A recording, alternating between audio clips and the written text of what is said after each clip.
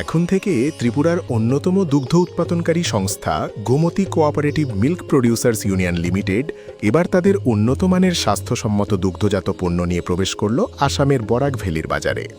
নতুনভাবে উদ্বোধন উপলক্ষে আজ সংস্থার অফিস প্রাঙ্গণ থেকে এক ট্রাক ভর্তি দুধ, দই, ঘি, পনির, আইসক্রিম, ৭৫ প্রকারের সুস্বাদু মিষ্টি এবং বিশুদ্ধ পানীয় জল আসামের উদ্দেশ্যে রওনা হয়।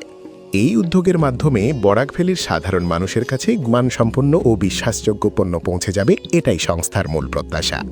সংবাদ মাধ্যমের মুখোমুখি হয়ে সংস্থার চেয়ারম্যান রতন ঘোষ জানান, গুণগত মান, স্বাদ ও বিশ্বাস এই ৩ ভিত্তির উপর দাঁড়িয়েই গোমতীর অগ্রযাত্রা অব্যাহত থাকবে।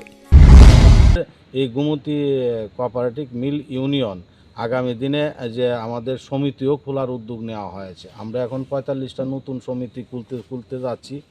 আগে আমাদের ১৭৯টা দুগ্ধবাহী সমিতি আছে, নতুন আরও ৪৫টা যুক্ত হবে। আমরা দুধের সংখ্যা বাড়াচ্ছি। আমাদের এআরডিডি দপ্তর আমাদের সাথে যুক্ত আছে, তারাও সাহায্য করছে আমাদেরকে। আমরা চাইছি আমাদের গোমতী প্রোডাক্ট প্রত্যেকটা পরিবার যাতে পায় এবং আমাদের পার্শ্ববর্তী রাজ্যে আসামও সেটা সরবরাহ শুরু হয়েছে। আগামী দিনে আরও যাতে আমরা সরবরাহ করতে পারি তার উদ্যোগ নেওয়া হচ্ছে। তিনি আরও বলেন, আগামী দিনে উত্তর পূর্বাঞ্চলের বিভিন্ন জেলায় গোমতী ডেয়ারির পরিধি আরও বিস্তৃত করার পরিকল্পনা রয়েছে। Bureau report, the news 9।